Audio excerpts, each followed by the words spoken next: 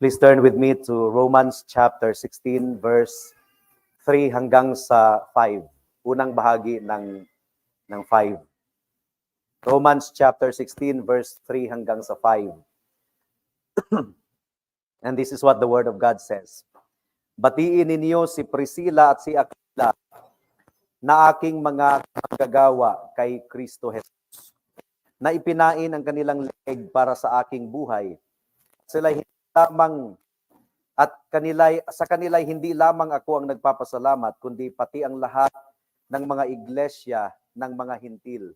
Batiin din ninyo ang iglesia na nasa kanilang bahay. May the Lord bless the meditation of His word this morning. Sa pagpapatuloy po natin sa pagbati ni Pablo sa Romans chapter 16, mga greetings itong natutunghayan po natin dito, ay nai-introduce tayo sa isang couple, wonderful couple, ng pangalan ay si Aquila and Priscilla. And sa banal na kasulatan, sa New Testament, binanggit po sila 6 na beses. They are mentioned 6 times in the New Testament at lahat ay meron pong kaugnayan kay Apostle Paul. Sino ba itong si Aquila at saka si Priscilla? Sila po ay mga Hudiyo, mag-asawang Hudiyo na nanirahan doon sa Roma, pero sila po ay napilitang umalis sa Roma sapagkat ang emperador na si Claudius ay nagpababa ng utos na kinakailangang umalis ang mga Hudiyo doon po galing sa Roma. And sa kasaysayan, ang mga Hudiyo ay known na magrarally-rally, magwiwelga-welga at meron pong mga demands. Kaya ay si Emperor Claudius ay nagpababa ng executive order na kailangang lisanin ng mga Hudiyo ang siyudad ng Roma. Kaya sila ay napapunta doon sa Corinth and na-meet po sila ni Pablo doon po sa Corinth. And then si Pablo, dahil pareho po sila ng hanap buhay, tent making, kaya sila ay magkasama. Tumira si Pablo sa kanilang tahanan for 1.5 years. And they became good friends. Sa Acts chapter 18 alone, ay 3 beses na binanggit itong si Priscilla and Aquila. For example, Acts chapter 18 verse 1 hanggang sa verse 4. Please turn there. Acts chapter 18 verse 1 hanggang sa verse 4. Pagkatapos ng mga bagay na ito, umalis si Pablo sa Atenas at pumunta sa Corinto. Natagpuan niya roon ang isang Hudiyo na ang pangalan ay Aquila, isang lalaking tubong punto na kararating pa lamang mula sa Italia, kasama si Priscilla na kaniyang asawa sapagkat ipinag-utos ni Claudio na ang lahat ng Hudiyo ay umalis sa Roma. Pumunta si Pablo sa kanila at dahil ang hanap buhay nila ay tulad din ng kanila, tumuloy siya sa kanila at sila'y magkakasamang nagtrabaho. Parehong paggawa ng tolda ang hanap buhay nila at siya ay nakikipagtalo tuwing Sabat sa sinagoga at sinisikap na mahikayat ang mga Hudiyo at mga Griego. So ito yung unang pagtatagpo ni Paul at saka sa mag-asawang Aquila and Priscilla. And then verse 18, Acts chapter 18 verse 18. Ang sabi po dito, ngunit si Pablo ay nanatili pa ng ilang araw, pagkatapos ay nagpaalam na sa mga kapatid at buhat dooy naglakbay patungo sa Syria at kasama niya sina Priscilla at Aquila.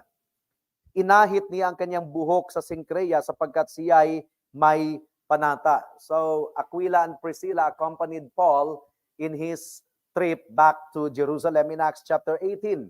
And then sa verse 26, ang ginawa nitong couple na ito, at siya ay nagsimulang nagsalita.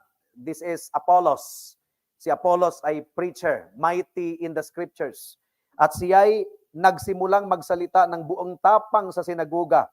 Ngunit nang siya ay marinig ni Priscilla and Aquila, ay kanilang isinama siya at ipinaliwanag sa kanya ng mas matuwid ang daan ng Diyos. So here was Apollos, mighty in the scriptures, passionate in proclaiming the word of God, but his knowledge was only until John the Baptist. So hindi pa talaga niya nag-grasp ang buong gospel. And through the ministry of this couple, Aquila and Priscilla, they made Apollos understand the way of the Lord more completely and more perfectly. And after that, abay mas lalong tumapang si Apollos dahil nag-grasp na po niya ang katotohanan patungkol sa ating Panginoong Hesukristo. So what do we have here? Sa ating pagbubulay-bulay sa umagang ito, this is a story of a wonderful Christian couple na naglilingkod sa ating Panginoon together. At dinidemonstrate po ni Aquila at saka ni Priscilla sa atin as to what a married couple should be. Sila po ay sama-samang pumilos, sama-samang nagtrabaho, nagpapagal, and they shared in the same yoke for the sake of Jesus Christ. Pareho po ang pamatok na kanilang pinapasan para sa ating Panginoong Hesukristo, at nakikita po natin dito mga kapatid kung papaanong ang isang mag-asawa ay maaaring gamitin ng Panginoon mightily to impact the kingdom of God. And they spent a lot of time with the Apostle Paul. Sila po ay umalis mula sa Rome. Talagang mahirap yun kasi nga pinalayas kayo sa Roma. But nothing is accidental before God's sight. Dahil kung hindi sila pinaalis sa Roma, hindi nila makikilala si Pablo. And because they were evicted from Rome, the partnership between the couple and the Apostle Paul ay nag-start. Nag-start mga kapatid. And that was the rest was history. They accomplished many things together in the Lord Jesus Christ. So wala pong accidental. And I believe na noong umpisa ay merong mga adjustment, merong mga takot, merong mga discomfort, pero whatever discomfort we experience, whatever God ordains is right. Anuman ang mabigat na ating kinakaharap sa kasalukuyan, ang utak ng Panginoon ay mas marunong kaysa sa atin. And nangako po siya that all things work together for good to those who love God and to those who are called according to His purpose. Sino si Aquila and Priscilla? Merong tatlong bagay na ating matutunan mula sa mag-asawang ito. Una, they were one in Christ. One in Christ. Pangalawa, they were one in marriage, in Christian marriage. At pangatlo, they were one in service, in Christian service. At naway tulungan po tayo ng ating Panginoon sa ating pagpapatuloy sa umagang ito. Tayo po muna ay manalangin. O aming Diyos, salamat sa pagkakataong ito na mapag-aralan namin ang patungkol sa pagiging mag-asawa, Christian marriage, O God. Naway kausapin ninyo, lalong-lalo na ang mga singles sa aming kalagitnaan. At ang mga couple sa aming kalagitnaan na parehong ligtas, nawa ay mas magiging maigting pa ang aming paglilingkod sa inyo. Napakagandang platform ng marriage upang paglingkuran kayo husband and wife. At hinihiling po namin, O Diyos, na mangusap kayo sa bawat isa sa amin. Sa mga married couples dito, ng isa ay believer at ang isa ay unbeliever, naway ang inyong biyaya ay ibuhos po ninyo. Na ang mananampalataya ay mamuhay ng may magandang patutuo at nire-represent ang tagapagligtas kahit sa konteksto ng pag-aasawa ng hindi equal yoking, dahil ito talaga ang nangyari. Hinihiling po namin, O Diyos, na kayo ang maluwalhati sa umagang ito. In Jesus' name we pray. Amen. Sino si Aquila at saka si Priscilla? Mentioned 6 times in the New Testament, all associated with the Apostle Paul. Who were they? Well, first of all, they were one in Christ. Iisa sila kay Kristo. They were one in Christ. Now, ano bang ibig sabihin natin itong salitang in Christ? Aquila and Priscilla were one in Christ. Ibig sabihin, pareho po silang ligtas. Pareho po silang nakagrasp sa mensahe ng Ebanghelyo. Pareho po silang bahagi ng family of God. Pareho silang binigyan ng karapatan na maging anak ng Diyos. Dati ay anak sila ng dyablo, pero ngayon ay anak sila ng Diyos. Dati ay kaaway sila ng Diyos at lingkod sila ni Satanas, pero ngayon kaaway sila ni Satanas at lingkod sila ng Diyos. Dati ay hindi sila kabahagi ng kaharian ng Diyos, but now they were both part of the kingdom of God.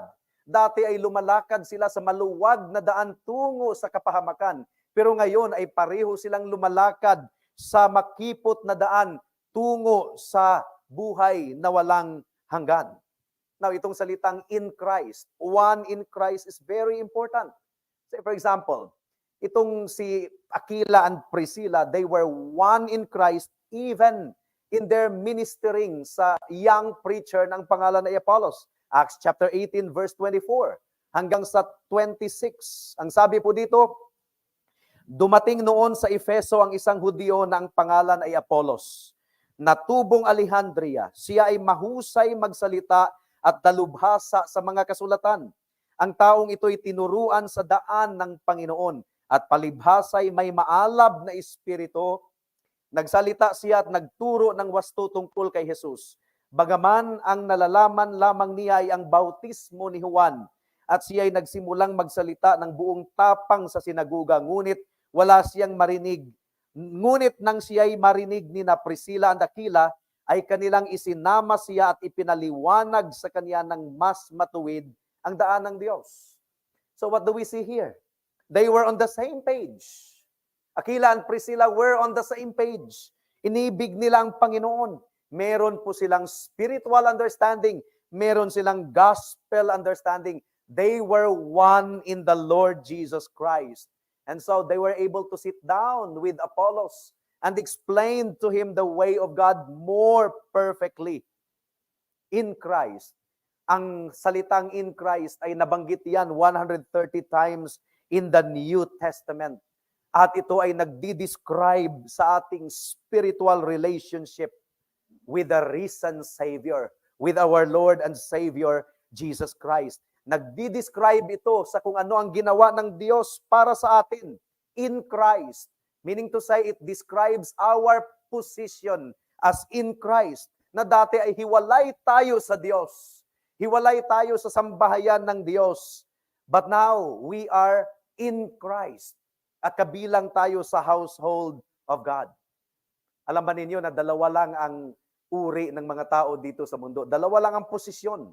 Dalawang panig lang meron ang mga tao dito sa mundo. In Adam and in Christ. 1 Corinthians chapter 15 verse 22. Dalawa lang po, mga kapatid, mga kaibigan. So it's either you are in Adam or you are in Christ. 1 Corinthians 15:22 ang sabi dito, sapagkat kung paanong kay Adan, in Adam, ang lahat ay namamatay, gayon din kay Kristo, in Christ, ang lahat ay bubuhayin. At lahat ng individuals dito sa mundo is either in Adam or in Christ, in the eyes of God. Now, bago pa tayo naligtas, bago pa natin nakilala ang ating Panginoon, before we were saved, we were all in Adam. And in Adam, all shall die. Hindi lang ito physical death, but eternal death. Now, itong si Aquila and Priscilla, and this is really important sa pag-aasawa, they both believed in Christ.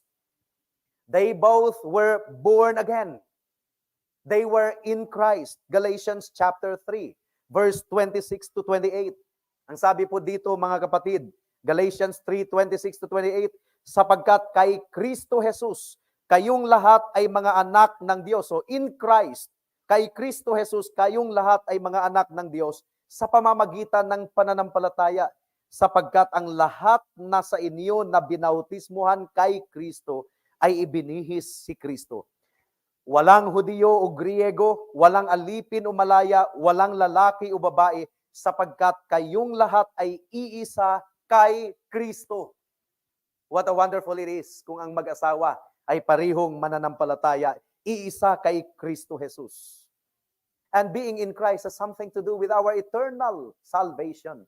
If you are outside of Christ, you are under God's wrath and condemnation. But if you are in Christ, Romans chapter 8 verse 1, there is now, therefore, no condemnation to those who are in Christ Jesus. Romans chapter 8 verse 1, ngayon nga'y wala ng kahatulan sa mga na kay Kristo Jesus. At ano ang palatandaan sa mga tao na kay Kristo Jesus? Ano ang palatandaan? 2 Corinthians chapter 5 verse 17. Ang classic verse na palagi nating binabanggit, kaya't ang sino man na kay Kristo, those who are in Christ, Siya'y bagong nilalang, new creation. Ang mga lumang bagay ay lumipas na, tingnan ninyo ang lahat ay naging bago. Now, both Aquila and Priscilla were in Christ. What a wonderful couple. What a wonderful husband and wife. Both are in Christ. Parihong nakakilala sa ating Panginoon, parihong umiibig sa ating Diyos, parihong ligtas, at parihong miyembro ng sambahayan ng Diyos. And let us also pray the same, na ang mga couples dito sa church ay sa takdang panahon ng Panginoon, naway kaawaan niya, na ang couples talaga ay magiging in Christ pareho. Kasi meron naman talagang ang misis lang ang ligtas at ang husband ay hindi. Meron ding ang husband ay ligtas at ang misis ay hindi. Dahil sa providensya, nagkakilala sila, pareho pa silang hindi mananampalataya, and then somewhere along the way, ang isa ay naging mananampalataya. So this is really our prayer, that all couples will be in Christ, that God will grant it unto us, this desire of our heart. And I suppose, ay isinasama natin ito sa ating palagihang panalangin sa ating Panginoon, at manalangin tayo ng manalangin na ang Diyos ay kumilos sa ating mga kabiyak or mga family members na wala pa kay Kristo. And this is what we see in Aquila and Priscilla. They were new creations in Christ. Now, pangalawang punto, who were Priscilla and Aquila? Of course, they were one in marriage. They were one in marriage. Marami pong mga couples ngayon na wala talagang very little, it's something very little in common between husband and wife. Marami talagang mga couple na kakaunti lang ang common between them. Talagang magkasalungat ang husband and wife. And we have an example of that in the Bible. If you remember Nabal and Abigail, si Nabal, ubod ng kasamaan, and si Abigail was a woman of God. She was a believer of God, and Nabal was a very wicked man. They were diametrically opposed to each other in character. They were opposed to each other in likes and tastes. Can you imagine, ang husband ay gustong palaging may naglalasingan, palaging may nagsisigawan, at ang wife ay gusto ng kapayapaan, naglilingkod sa Panginoon. Ang husband ay humahatak sa kanya palayo sa Panginoon. The wife loves to worship God, and the husband hinders his wife from worshiping God. Ganon ang nangyari kay Nabal and Abigail. They were one flesh in marriage, but they were not one when it comes to the Lord Jesus Christ. Nakuha po natin. Now, ang husband and wife, it is described in the Bible as one flesh. Ephesians chapter 5, verse 30 to 33. And therefore, Aquila and Priscilla were one flesh. They were no longer two, but one. Sabi po dito, sapagkat tayo ay mga bahagi ng kaniyang katawan. Dahil dito, iiwan ng lalaki ang kaniyang ama at ina, magsasama sila ng kaniyang asawa, at ang dalawa ay magiging isang laman. Ang hiwagang ito ay dakila, subalit ako ay nagsasalita tungkol kay Kristo at sa iglesia. Gayunman, dapat ibigin ng bawat isa sa inyo ang kaniyang sariling asawa, gaya ng kaniyang sarili, at igalang ng babae ang kaniyang asawa. So marriage definitely is used by God as a picture of Christ's relationship with His church. As we are one in Christ, we are united to Christ. We are one flesh with Christ, in a sense. At paano natin yan maunawaan? The ultimate illustration is the illustration of marriage. And in fact, yung term na one flesh, and they are no longer two but one flesh, itong term na ito, it is reserved in the Bible only for marriage. Yung one flesh. It is reserved in the Bible only for marriage.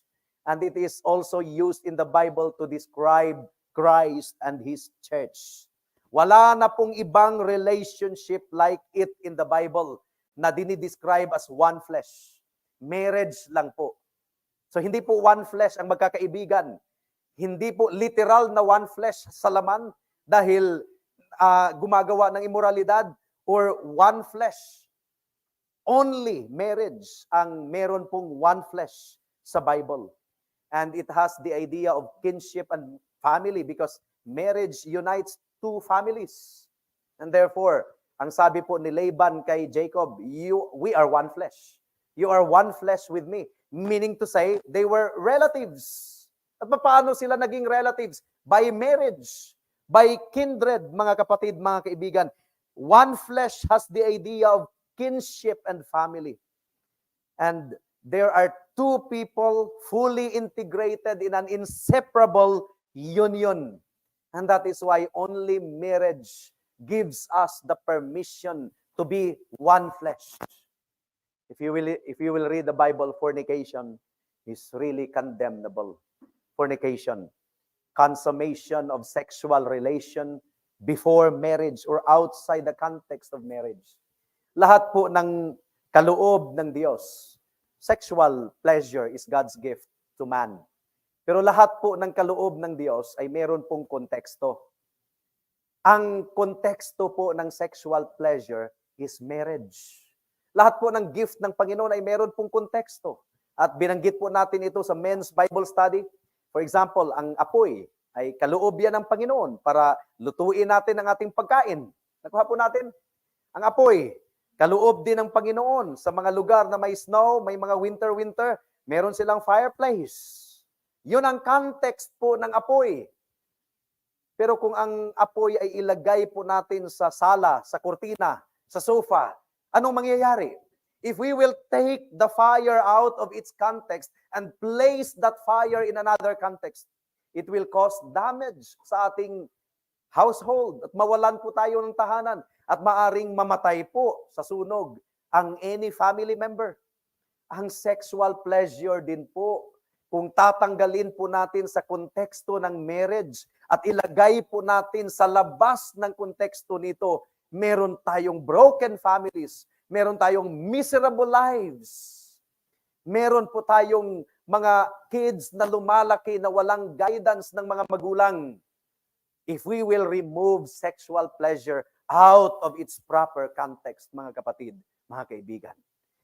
Lahat po ng gift ng Panginoon ay meron pong proper context. At siguraduhin po natin na ang mga mananampalataya ay mag-observe ng sexual pleasure sa proper context nito, which is Christian marriage. At ginamit pa yung salitang cleave. And a man shall leave his father and mother and cleave to his wife. Meaning to say, ang man ay lilisan sa kaniyang ama at ina upang makipisan sa kaniyang anak. And cleave.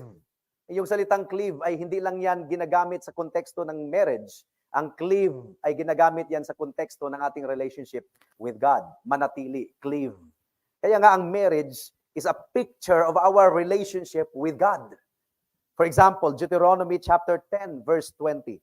Ipinag-uutos ng Panginoon sa bayan ng Israel na sila ay mag-cleave sa Panginoon. It's the same word. It's the same word. And that is why marriage is really used to describe our relationship with God. Deuteronomy chapter 10, verse 20, ang sabi po dito, matakot ka sa Panginoon mong Diyos, maglingkod ka sa Kanya at sa Kanya'y manatili ka. Cleave. This is the word. At sa pamamagitan ng Kanyang pangalan ay sumumpa ka. And the same word is used in Deuteronomy 11:22 and Deuteronomy 13, verse 4. That the people of Israel or God's people would cleave unto the Lord and His commandments and His ways. And that was why the identity of Israel was God. Ang Diyos ang identity ng Israel. Ang identity ng husband and wife, wala na po silang individual identity because the two shall become one. When we are married, we lose our individual identity. We never speak of one without the other. We never speak of one without the other.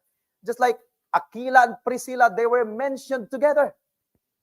Now, meron pong mag-asawa na they were mentioned together in a negative way. Ananias and Sapphira. Di ba? Aquila and Priscilla, they were mentioned together. Wala na pong Aquila lang, wala na pong Priscilla lang. We lose our individual identity. We never speak of one without the other. And when we are united to Christ, we lose our identity as Jeremiah or as JP. We lose our individual identity. Our identity is in Christ. Galatians chapter 2 verse 20. Wala na po tayong identity. We are married to Christ. And Christ is our bridegroom. You see? Kumbaga tumatawid tayo sa marriage at saka sa relationship natin sa Panginoon because God meant marriage to be a perfect illustration of our relationship with God. So, wala na pong individual identity natin. Galatians 2:20, sabi po ni Pablo, ako'y ipinakong kasama ni Kristo at hindi na ako ang nabubuhay, kundi si Kristo ang nabubuhay sa akin. At ang buhay na ikinabubuhay ko ngayon sa laman ay ikinabubuhay ko sa pamamagitan ng pananampalataya sa anak ng Diyos na sa akin ay nagmahal at nagbigay ng kaniyang sarili dahil sa akin. So you see, our identities are no longer ourselves, but our identities ay ang ating Panginoong Hesukristo. That's why marriage is a perfect illustration of our relationship with Christ, because in marriage, we lose our individual identity. You cannot speak of Jeremiah without Sister Joy. You cannot speak of one without the other. You cannot speak of Jack without Isa. Lahat po ay one flesh, one identity. Now, in the case of Aquila and Priscilla, every time their name is given in the scripture, they are given together. So, sama-sama po silang nagli-labor sa kanilang family business, tent making, and then they also ministered together. In our context, we go to church together, husband and wife. We serve the Lord together. They ministered together. Ginamit nila ang kanilang marriage bilang platform of service. At ang tahanan po ni Aquila at Priscilla ay naging place of ministry. That church that is in their house. Diba sinabi sa verse 5? Greet the church that is in their house. And sa konteksto po nung araw, dahil wala pang mga church buildings, ang churches ay nagtitipon kung saan merong malaking lugar, and within the week, meron pong mga Bible studies. Yun po yung bahay ni Aquila and Priscilla. Ginamit po na venue sa pag-aaral ng salita ng Diyos. And then, nakikita po natin, binasa kanina natin sa Acts chapter 18, that in love and humility, itong mag-asawang ito ay ginamit ng Diyos upang ipaliwanag kay Apollos ang daan ng Panginoon more perfectly. At ako'y naniniwala na hindi tahimik si Priscilla doon. Hindi lang si Aquila. Talagang silang dalawa, couple, pareho pong nagbahagi kay Priscilla and Aquila. In the church, hindi pwedeng mag-preach ang babae. But in that context na meron pong sharing, one-on-one sharing, Aquila and Priscilla were one in explaining the matter to Apollos. Ang marital unity ni Aquila and Priscilla should serve as an example to us. Sa ating kapanahunan ngayon, ang marriage po ay minamaliit ng mga gobyerno, ng mga pamahalaan sa ating kapanahunan ngayon. Pero sa Christian marriage, dapat nating maunawaan na ang pag-aasawa ay magandang platform sa paglilingkod po ng ating Panginoon. And when a man and a woman marry, they become one flesh. It is a permanent and powerful bond of love and fidelity. Ang dalawa ay sama-samang lumalago kay Kristo, sama-samang nagmamature, at maging sa kanilang practical ability to bless others. And that is why it is important, according to 1 Corinthians chapter 7, that when we marry, we should marry in the Lord. When we marry, when our singles marry, they should marry in the Lord. And for what purpose? So that the two can labor together as one. What if meron pong magdi-deviate? at mag-aasawa at hindi po sa Panginoon. And we take it seriously. We take it seriously, mga kapatid, mga kaibigan. And Priscilla and Aquila demonstrated this principle. Na makikita mo ng isa ay naglilingkod kasama sa isa. And they were offering themselves in the service of others. Ang mag-asawa ay meron ng bagong identity together as a couple. And people often see them as a couple more than as individuals. Yun ang nangyari kay Priscilla and Aquila. And once ang dalawang nilalang ay mag-unite in marriage, ang former relationships ay mabago. Wala na pong my friends and your friends, but our friends. Wala nang my money and your money, but our money. We are no longer two, but one. Now, ganito po mahalaga ang marriage. And do you wonder why? Bakit mabigat talaga ang utos ng salita ng Diyos? That Christians ought not to be unequally yoked with the unbelievers. Mabigat. It is weightily given in the scriptures, and I will demonstrate that later. Weighty. What fellowship is light with darkness? Meron pong rhetorical questions. Ang sinasabi po ng 2 Corinthians chapter 6 verse 14. Please turn there. Talagang mabigat po ang utos ng ating Panginoon. 2 Corinthians chapter 6 verse 14. Ang sabi dito, huwag kayong makipamatok sa mga hindi mananampalataya sapagkat unang rason, rhetorical question, anong pagsasama mayroon ang katuwiran sa kasamaan? The answer is no. There is no fellowship between light and darkness. Now, kung merong fellowship itong dalawa, it's either they are both believers or they are both unbelievers. It's either they are both light or they are both darkness. And that is why unequal yoking is really subject to church discipline. Mga kapatid, mga kaibigan, this is a simple command that requires simple obedience sa salita ng Diyos. And this is a warning sa ating mga young people. O anong pagsasama mayroon ang liwanag sa kadiliman at anong pagkakasundo mayroon si Kristo kay Belial? Meaning to say, one is loyal to Christ and one is loyal to Satan. Belial is another term for Satan. O anong bahagi mayroon ang mananampalataya sa hindi mananampalataya? Anong pakikipag-isa mayroon ang templo ng Diyos sa mga Diyos-Diyosan sapagkat tayo'y templo ng Diyos na buhay, gaya ng sinabi ng Diyos. Nakuha po natin?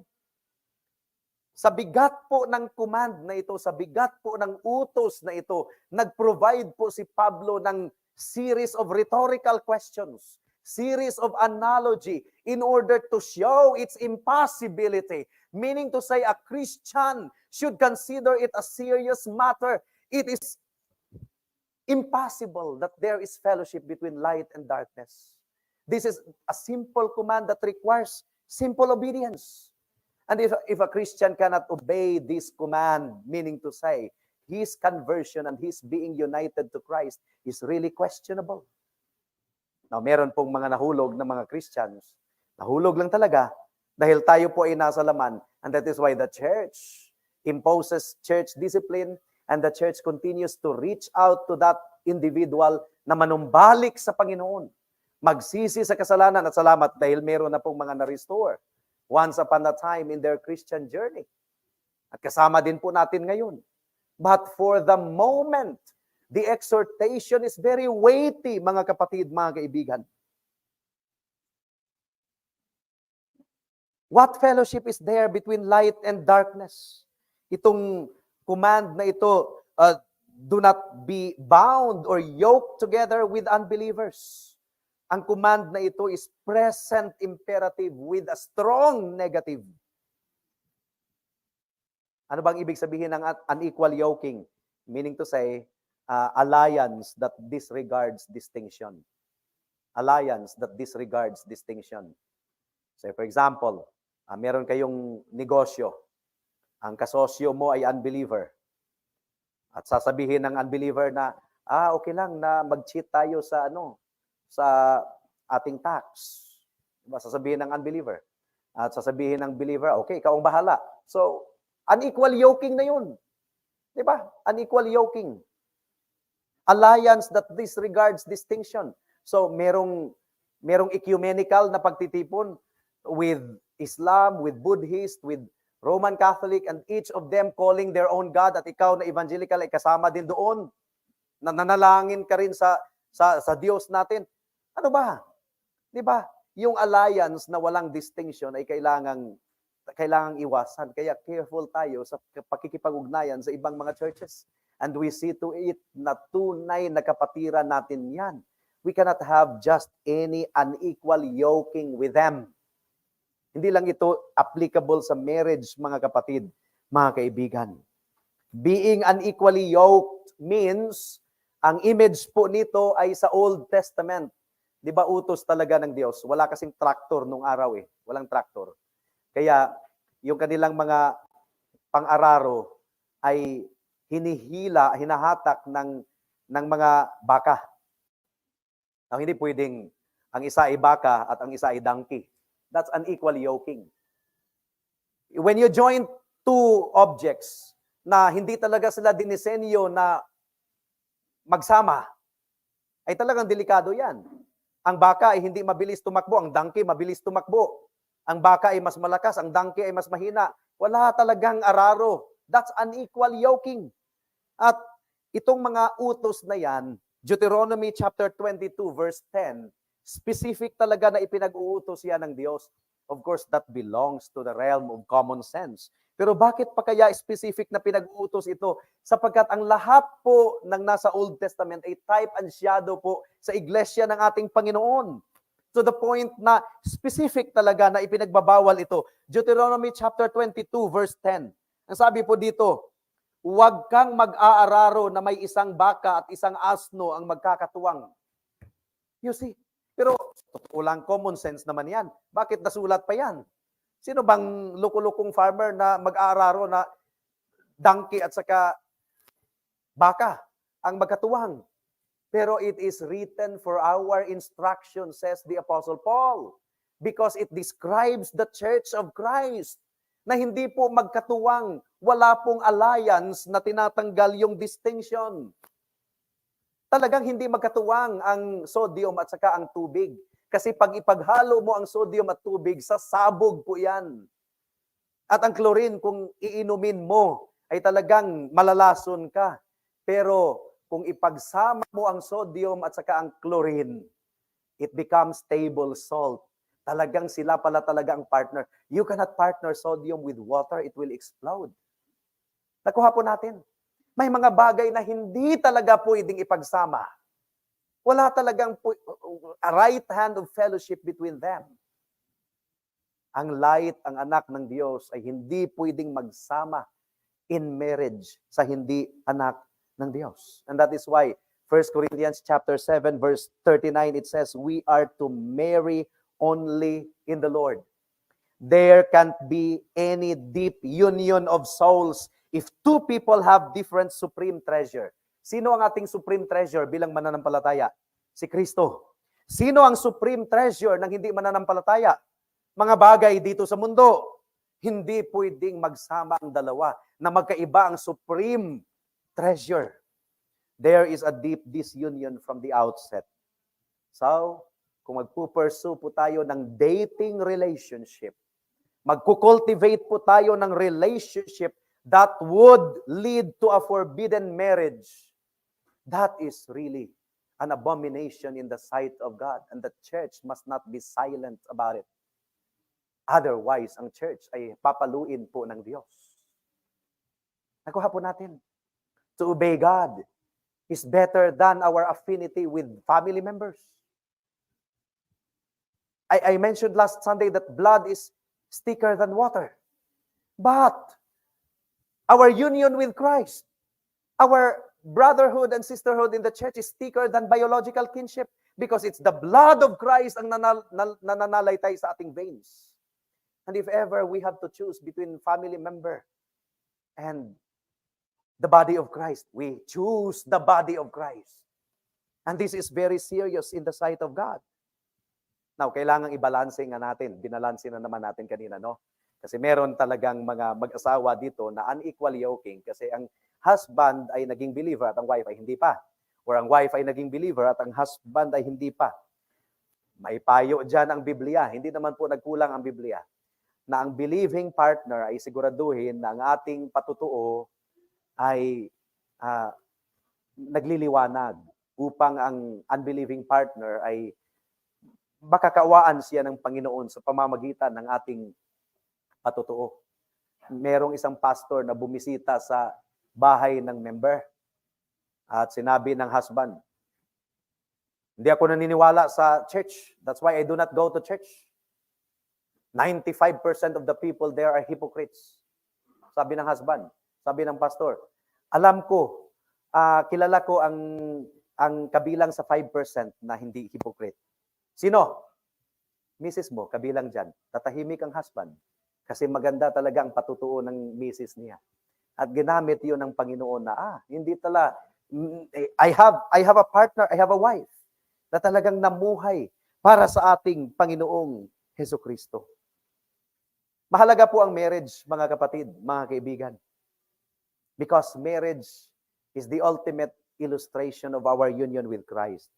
At naunawaan mo na ba ngayon kung bakit galit na galit si Satanas sa Christian marriage? Naunawaan mo na ba kung bakit gustong wasakin ng ating ni Satanas ang marriage at gustong i-corrupt ang marriage? And that is why in our generation today, we have divorce, we have sodomy, we have fornication, we have pornography na nagdi-destroy sa marital relationship. They are rampant throughout the world dahil galit si Satanas sa marriage, dahil ang marriage po ang nag-i-illustrate sa union ng Panginoon sa kanyang iglesia. Now in Aquila and Priscilla, they were one in Christ, they were one in marriage, and finally, they were one in service. One in service. They were examples of Christian service. Binigay nila ang kanilang sarili in Christian labor. Napakatamis na matunghayan natin na ang mag-asawa ay parehong naglilingkod sa ating Panginoon. In fact, dinescribe po sila ni Pablo as my fellow workers. And it was not an ordinary service sapagkat ito ay sacrificial service. They sacrificed themselves for Paul, the servant of God. Ang sabi dito, na ipinain ang kanilang leeg para sa aking buhay. Di ba si Pablo ay gustong patayin kahit saan man siya pumunta? Priscilla at Aquila, ipinain nila ang kanilang leeg para sa buhay ni Paul. May pagpapatuloy lang ang ministry. So it was not an ordinary service. It was a sacrificial service. And they were described as fellow workers in Christ. At ang salitang Griego na ginamit sa fellow worker is synergos. Dito, di ba, dito yung salitang English na synergy. So, synergos, ang opposite niyan is monergy, monergism. Synergos. Ibig sabihin ng synergos is team player. So, team player si Priscilla and Aquila, team player with Paul. At ang team player ay hindi po demanding, hindi po controlling, di ba? Hindi ini-elevate. They were team. Iisang bangka, kung sa bangka pa. At meron pong hindi po selfish ang kanilang orientation sa paglilingkod sa Diyos. Wala po silang personal agendas. They were one in service. At meron pong dalawang aspeto ng team player in the body of Christ. In one sense, we are fellow workers with God. Si Kristo ang Pangulo at tayo ay kanyang mga katawan. So we are one in service with Christ. This means na ang ating marching order ay nanggagaling sa ating Pangulo. We submit to the head. We are one team with Christ. Pero ang pangalawang aspeto din ng synergos sa Bible, sa katawan ni Kristo is we are one team with the brethren in the church. One team with the brethren in the church. We are part of God's team. Wala pong tinatawag na one-man team. Ano yan? Exhibitionism yan. One-man team, nag-exhibition ka. But in the body, in the church of Christ, we work to build up others and to help the body function as a body. It means teamwork with each believer, doing his share for the goals of the head and the team. At dagdag pa mga kapatid, mga kaibigan, ang sunergos. For example, ginamit ito to describe Timoteo. Diba Timoteo was a sunergos, a fellow worker. He was a fellow minister, fellow servant. Now itong selfish, self-centered agenda, yan po ang naninira sa gawain ng ating Panginoon. And that is why, sabi po ni Pablo, watch out for those who cause division among you. Mag-ingat talaga tayo sa mga moves and mga actions na nagre-resulta sa division. At we are all prone to that anyway. We are really prone to that sapagkat nasa laman pa tayo. At hindi tayo mag-ingat. And only God is perfect. Hindi natin alam kung may mga moves pala tayo na nakakapag-spark pala ng division. Kaya mag-ingat talaga tayo. Wala pong immune para sa, thank you Jeff, wala pong immune para sa bagay na yan.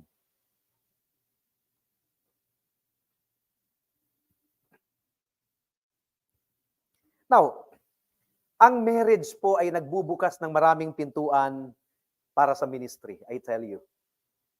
Pero para sa mga single, here is a word for you. Meron ding unique na paglilingkod ang mga single na hindi magagawa ng mga married people. For example, 1 Corinthians chapter 7, verse 32 to 34. There is blessedness in being single na hindi natin maaring maliitin. 1 Corinthians 7, 32 to 34. Ang sabi dito, nais kong laya kayo sa pagkabalisa. Ang walang asawa ay nababalisa sa mga bagay ng Panginoon. Di ba? Concentrated lang yung kanyang service sa Panginoon. Kung paano niya mabibigyang kasiyahan ng Panginoon. Ngunit ang may asawa ay nababalisa sa mga bagay ng sanlibutan kung paano niya mabibigyang kasiyahan ang kanyang asawa. At ang kanyang pansin ay nahahati. Ang babaeng walang asawa at ang dalaga ay nababalisa sa mga bagay ng Panginoon upang siya'y maging banal sa katawan at sa espiritu. Ngunit ang babaeng may asawa ay nababalisa sa mga bagay ng sanlibutan kung paano niya bibigyang kasiyahan ang kaniyang asawa. So meron ding blessedness of being a single na hindi natin maaring maliitin. Pero ang mga married people ay meron talagang advantage din sa paglilingkod. Because they become one flesh. They are no longer two but one.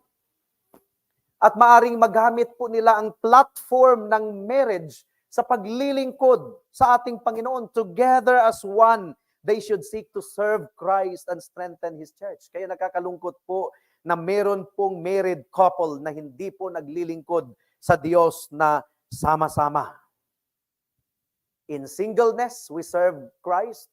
In marriage, we serve Him. And blessed ng Panginoon si Aquila and Priscilla. And by the way, wala pong indication na meron silang church office. Walang nakasulat sa Biblia na si Aquila ay diakono. Wala talaga silang church office. Pero naglilingkod sila sa Panginoon. Grabe yung impact nila sa Panginoon. Kahit wala po silang church office, they simply labored together in the service of Christ. Nakikita nila ang kanilang sarili bilang mga lingkod ng Diyos. Binuksan nila ang kanilang tahanan para sa mga banal. They gave themselves in the service of the Apostle Paul wherever he went. And blessed ng Panginoon. They received a status of prominence and they were also given spiritual discernment and understanding at natulungan po nila si Apollos. At itong mag-asawa na ito, papaano sila naglingkod sa ating Diyos? Mostly in the area of His hospitality. At nabanggit ko po last Sunday na ang hospitality ay talagang napakamahalaga sa first century kasi wala pong mga hotels. At kung meron mang mga inns, they were not sanitary. Kaya sila ay umaasa sa hospitality ng mga believers every time they went. And Priscilla and Aquila were examples of hospitality. Kahit si Apollos, may indication talaga, may hint na si Apollos ay tumira din sa kay Priscilla and Aquila habang ipinapaliwanag nila ang daan ng Panginoon more perfectly. Kasi hindi naman po iyon madadala, makukuha sa isang upuan lang siguro na pinaliwanag nila ang gospel kay Apollos. I suppose, maraming araw po ang iginugugol po noon upang i-disciple po nila itong si Apollos. And then they opened their home. Meron silang bahay sa Roma. There was a church that gathered in their house. Meron silang bahay doon sa Efeso. May church din na nagtitipon sa kanilang bahay. So they were examples of service. Nang mangyayari ito, kung ang isang partner ay believer at ang isa ay unbeliever, mangyayari ito. Alam natin 'yan na struggle palagi. Ang isa ay sumasalungat, ang isa ay gustong maglingkod sa Panginoon, ang isa ay humahatak. Struggle 'yan. And may the grace of God enable the unequally yoked couples sa ating kalagitnaan na talagang tumindig para kay Kristo.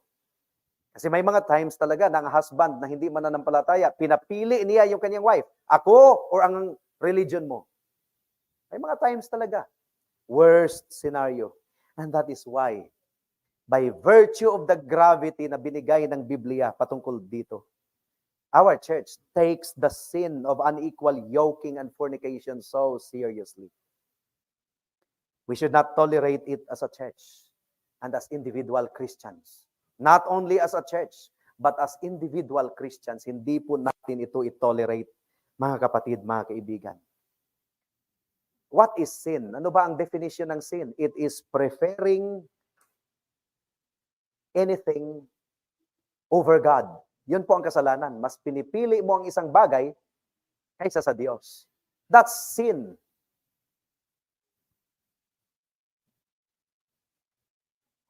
At kung ang isang tao ay nagko-compromise, kung ang isang tao ay nagko-compromise, ang ibig pong sabihin nito, the erosion of his devotion will be gradual, but sure and steady.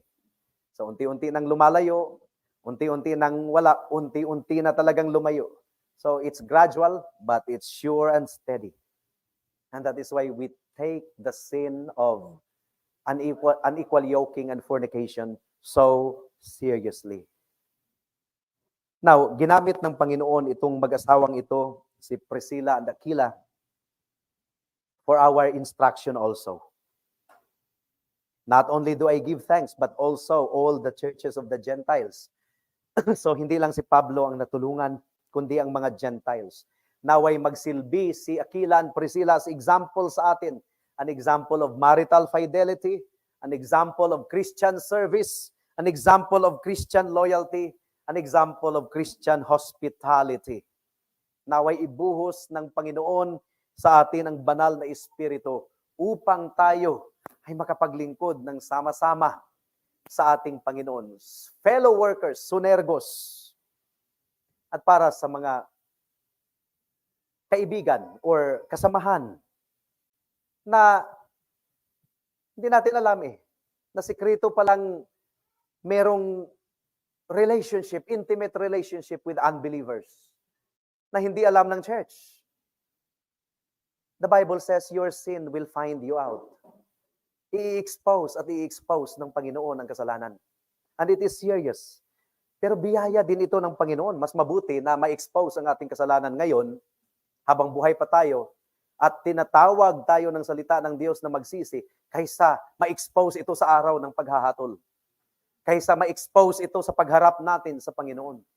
Biyaya pa rin ng Panginoon na na-expose upang mapigil ang kasalanan. So ang call ng salita ng Diyos is magsisi at manumbalik sa Kanya. Pero madali kasing sabihin ang pagsisisi, madaling sabihin yan, I repent. Pero ang church ay tinatawag upang mag-implement ng discipline. At dito po malalaman kung tunay bang repentant ang isang tao. Kasi in the confrontation ay maaring sabihin na nagsisi na siya. Pero sa pag-apply ng church discipline, for example, membership suspension, walang makikipagkamay sa kanya. That's biblical discipline. Doon na mararanasan ang bigat ng discipline. Nagpapakumbaba ba siya? Tinatanggap ba niya ang discipline? Tinatawid ba ito ng may pagpapakumbaba sa harapan ng Diyos? Hanggang sa siya ay ma-restore. Dito po natin masusubok ang repentance. Kasi ang repentance ay maaaring sasabihin ng bibig mabilis. Kaya mga kapatid, mga kaibigan, salamat sa Panginoon dahil ang salita niya, ang ginagamit niya palagi upang masugatan ang ating puso at upang manumbalik tayo sa Diyos. Your sin will find you out. And when your sin is exposed, hindi ba biyaya yan? Kaibigan, kapatid, hindi ba biyaya yan? The Word of God is calling you to repent right now. Di ba? Ang kinakausap natin, we are not prophet, we are not omniscient, so maaaring hindi natin alam. And this is very serious. Your sin will find you out.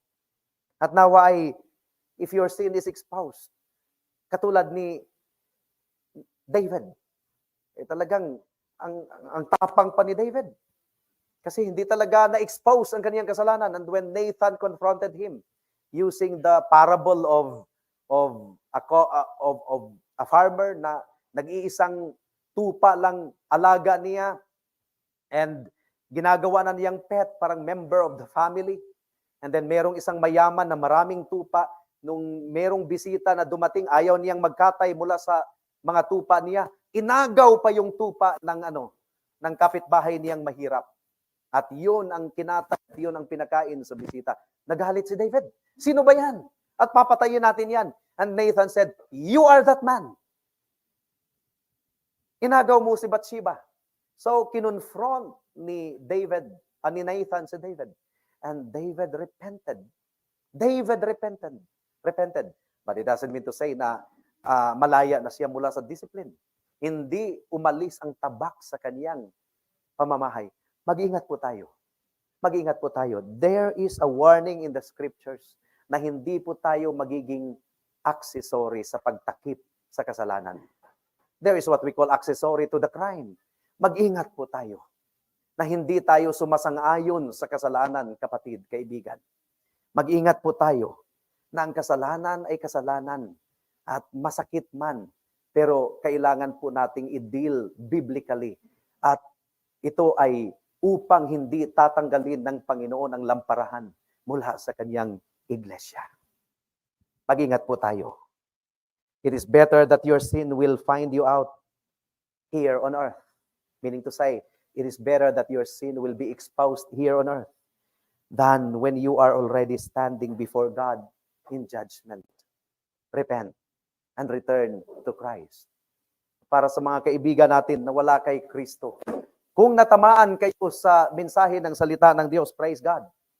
Kaysa sa kapalang kayo matamaan sa salita ng Diyos, when the judge of the universe will say, depart from me, you workers of iniquity. Kung natamaan kayo ngayon, and that is meant for you to come to God through Christ. To be reconciled to God through Christ. Do not hinder the work of God in your life, kaibigan. Tumugon ka sa panawagan ng Ebanghelyo, magsisi sa kasalanan at manampalataya kay Kristo at ikaw ay maligtas. Tayo po ay manalangin. O aming Panginoon, salamat sa inyong salita. And hindi ito aksidente. Talagang nandito kami sa portion ng Romans chapter 16 verse 3. Hindi namin alam ang mga karanasan at hindi namin alam ang buhay ng bawat isa because we are not omniscient at kayo lang ang nakakaalam. But in such a time as this, ay talagang nilid ninyo kami dito sa Romans 16 verse 3 hanggang sa 5 na wala nang ibang interpretation sa passage na ito kundi patutungo talaga sa oneness in Christ, one in marriage, and one in service. Nakita namin ito sa buhay ni Priscilla and Aquila. And this is your grace working. This is your grace working. Salamat po, Diyos. Ito po ang aming samot dalangin sa pangalan ni Jesus. Amen.